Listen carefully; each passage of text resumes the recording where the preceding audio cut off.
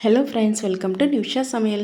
இன்றைக்கி நம்ம அல்வா எப்படி செய்கிறதுன்னு பார்க்கலாம். நார்மலாக அல்வா வந்து கோதுமை மாவு பால் எடுத்து அல்வா செய்வாங்க. இன்றைக்கி நம்ம கோதுமை மாவில் அல்வா செய்யலாம்.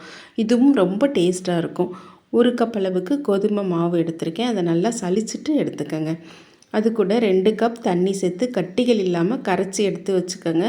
கரைச்சிட்டு அது கூட இன்னொரு 2 கப் தண்ணி சேர்த்துக்கோங்க. மொத்தமாக 4 கப் தண்ணி. 1 கப்பு மாவு 4 கப் தண்ணி. அது அப்படியே இருக்கட்டும். இந்த அல்வா செய்கிறதுக்கு நான் ஃபுட் கலர் சேர்க்க போகிறதில்ல, கேரமல் செஞ்சு எடுத்துக்கலாம்.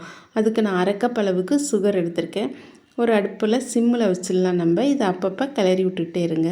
இப்போது இந்த அல்வா செய்கிறதுக்கு நான் 1/2 கப் அளவுக்கு நெய் எடுத்திருக்கேன். 2 ஸ்பூன் நெய் ஊற்றி முந்திரி பருப்பை வறுத்து எடுத்துக்கலாம். தேவையான அளவு முந்திரி பருப்பு எடுத்து வறுத்து எடுத்துக்கோங்க. அது கூடவே நம்ம ரெடி பண்ணி வச்சுருக்கிற கோதுமை மாவை சேர்த்துக்கோங்க. கோதுமை மாவை சேர்த்துட்டு இதை நல்லா கலந்து கொடுங்க. இது ஓரளவு திக்காகி வரட்டும். இப்போ நமக்கு நல்லா வெந்து திக்காகி வந்திருக்கு. இது கூட நம்ம இப்போ ஜீனி சேர்த்துக்கலாம். நம்ம 1/2 கப் சுகர் எடுத்துட்டோம். இப்போ 1/2 கப் சுகர் இது கூட சேர்த்துக்கலாம். நீங்கள் இனிப்பு கூடுதலாக வேணும்னா இன்னும் கொஞ்சம் சுகர் சேர்த்துக்கோங்க. இன்னொரு 1/2 கப் சேர்த்துக்கலாம். நான் 1 கப்பு கோதுமை மாவுக்கு 2 கப் சுகர் எடுத்திருக்கேன்.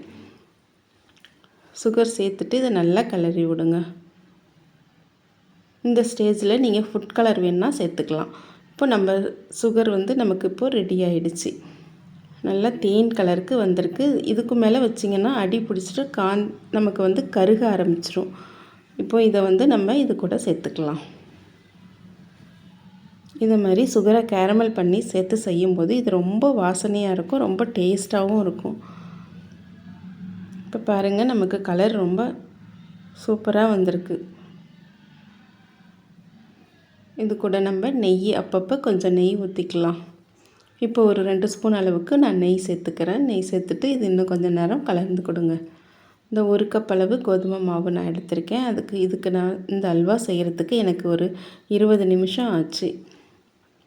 இது நல்லா சுருள வரணும். அது வரைக்கும் நம்ம இதை கிளறி கொடுத்துட்டே இருங்க. இப்போது மீதம் இருக்கிற நெய்யெல்லாம் நம்ம இப்போது சேர்த்துடலாம்.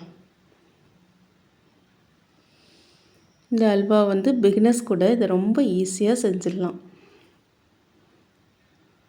இப்போ நம்ம இந்த ஸ்டேஜில் வறுத்து வச்சுருக்கிற முந்திரி பருப்பு அது கூட சேர்த்துக்கோங்க. இப்போ நமக்கு அல்வா வந்து பாத்திரத்தில் ஒட்டாமல் நல்லா திரண்டுட்டு வருது பாருங்கள். சுருளை வந்துடுச்சு. இந்த ஸ்டேஜில் நம்ம அடுப்பை ஆஃப் பண்ணிடலாம்.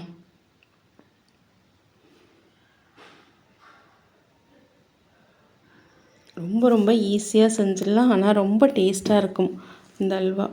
இப்போ நம்ம வேறு ஒரு பாத்திரத்துக்கு மாற்றிக்கலாம். அவ்வளோதாங்க. ரொம்ப ரொம்ப டேஸ்டியாக ரொம்ப ஈஸியாக செய்யலாம் இந்த அல்வா. நீங்களும் இந்த அல்வாவை ட்ரை பண்ணி பாருங்கள். ட்ரை பண்ணி பார்த்துட்டு எப்படி வந்துச்சுன்னு கமெண்ட்ஸில் சொல்லுங்கள். மறக்காமல் நிமிஷா சமையலுக்கு சப்ஸ்கிரைப் பண்ணுங்கள், லைக் பண்ணுங்கள், ஷேர் பண்ணுங்கள்.